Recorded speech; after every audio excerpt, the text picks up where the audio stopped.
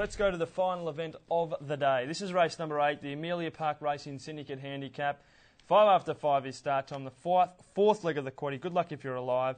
2 replays to show. This is the Country Bowl, and we're having a look at round 2. It come from 13th on the home corner, gets to the outside, sprouts wings, he defeats Doc Marshall. Hoodlum Gang was in 7th place, and he's smoking in 9th, but all honours with the winner round 2. Outside, the leader Trafalgar Square is clear. Round 2 it is finishing fast with Eden Park and Doc Marshall. Round 2 it out wide coming after Trafalgar Square. Doc Marshall in the centre, but round 2 it just in front. Total agreement with you there, Matt. Round 2 it. A pretty smart ride there by Damien Lane. Rode this horse to suit the horse. Out the back, circled the field. He was too good. He was strong on the line, and the effort was good. There's more depth to this race. Barrier 14 is going to have to go back and give some good horses a start. Will make things tricky for round 2 it. Hoodlum Gang, disappointing on face value. Every possible chance. Trailed them up beautifully. I don't think he's a city horse, to be honest. He might not be an Ascot horse too, because he's a very big horse, and getting around these tighter corners. I think he's better suited up there at Kalgoorlie. But his first 2 runs were very good, and the big thing that you've got to forgive them, the tongue tie goes on. So obviously Sean O'Donnell, who's a very experienced jockey, has stated to Stephen Rowe that this horse wasn't breathing or choked down. Yep. So you've got to forgive him for one bad one day. Okay, I'll forgive him for this one only. Yeah, because his first 2 runs say very good. He's very competitive and patient times Henry de Horse. He can improve. His smoking was terrible. It's got a great record at the track and distance. He's looking for improvement, but he might be coming down the other side of the mountain in terms of his career. Possibly. All right, let's go and have a look at Highest Honour. This was back here at Ascot on Saturday.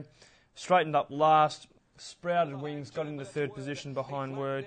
40 Days finishes in 8th position. Wasn't beaten all that far, but Highest Honour was certainly the run of the race. Dreams can't go on. It's Word in front of Mr. Nikovsky coming to the 100. Word's responding well. It's Word from Mr. Nikovsky, then French President and Highest Honour, but it's Word. Word all the way in the last over. That was a massive run by Highest Honour, Matt. I know probably everyone in WA saw it. Everyone in Australia saw it.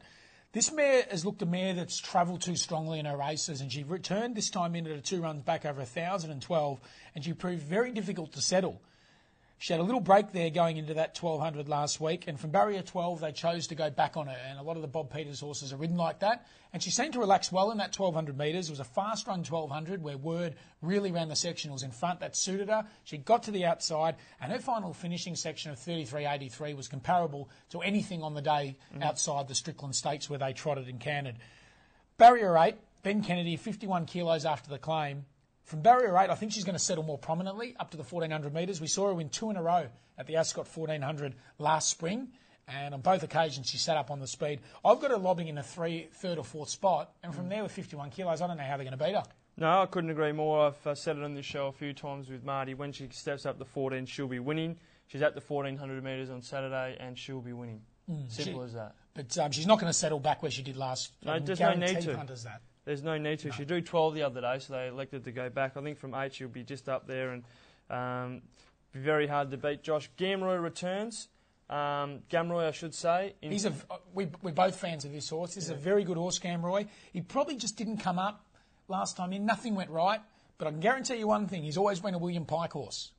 Yep. He's got a great record on the horse. We saw Sharon Miller go back to the drawing board with On the Carpet after a disappointing preparation. She's a very good trainer, Sharon, and expect a big run. First up, no try. He's a good horse. Drawn barrier 3. He'll be back. He'll be getting stoked up into the race. And please, don't leave him out of your quaddies. And if he is ridiculous odds, make sure you have a little saver on him. What about Inferno? Very good win the other day. Good win. I think he's been beautifully placed by Gary Crispin, spacing his runs well, running him in the right races. This is a big step up.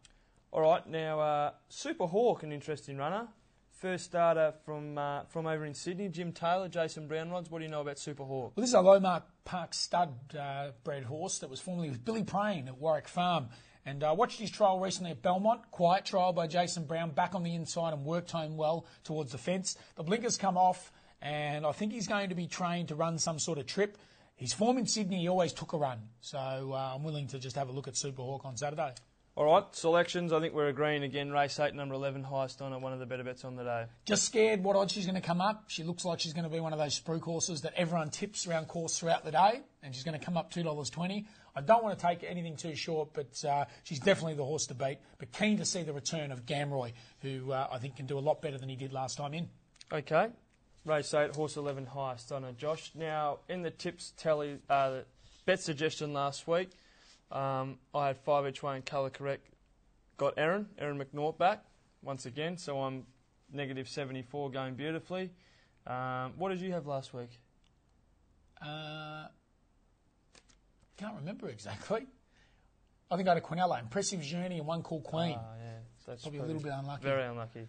Well, you're still 146 in front. Marty's $88 in front, so you're still flying. What are we doing this week, Josh? I need a bit of help. I'm going to take all up. Guidance. I'm very keen Lucetta. She's a natural 2-year-old. It's going to jump on the bunny, outside the speeder in front. I think she'll be winning. Right. I think God Has Spoken will win. Okay. So I'm predicting probably $3 into about, what are they going to bet God Has Spoken, 220? Yeah, hopefully. Yeah. So $6.20 really the all up, $10 on, collect 60. All right, well, I'm going to have an all-up place. I'm going to kick it off in race 4. Lost your nerve, Matt. Yeah, I have. Race 4, number 1, Moccasin Bend. Into race 6, number 1, God Has Spoken. Into race 8, number 11, Highest Honour, $10 the all-up place for me. But if you are doing that, like I always say, you've got to have $2 for the win and $8 for the place. Just the old Richie Bell 40-60. You have 40 to. by 60. You'd hate to have an all-up place and they all win because you always go back and do the sums and it works out you would have won X but you've only won A. Well, I'll buy you a cool drink just before 5:05, so just to release the pressure when Highest Honour's going around. Okay, mate. Thank you very much. Josh, it's been a pleasure. It's a big day of racing action. Anything else to report? Just Saturday, October 17th, is Burswood Entertainment Complex, WA Oaks Day. April 17th? April 17th, I should say. Massive day. We've got the Moët Chandon function, all the Moët you can drink. We've got the Burswood Garden Party. There's plenty going on here. There'll be Myer Fashions on the field. Any queries, get on the website, perthracing.com.au, or call the girls in marketing, 9277 0777, and they'll be able to push you in the right direction.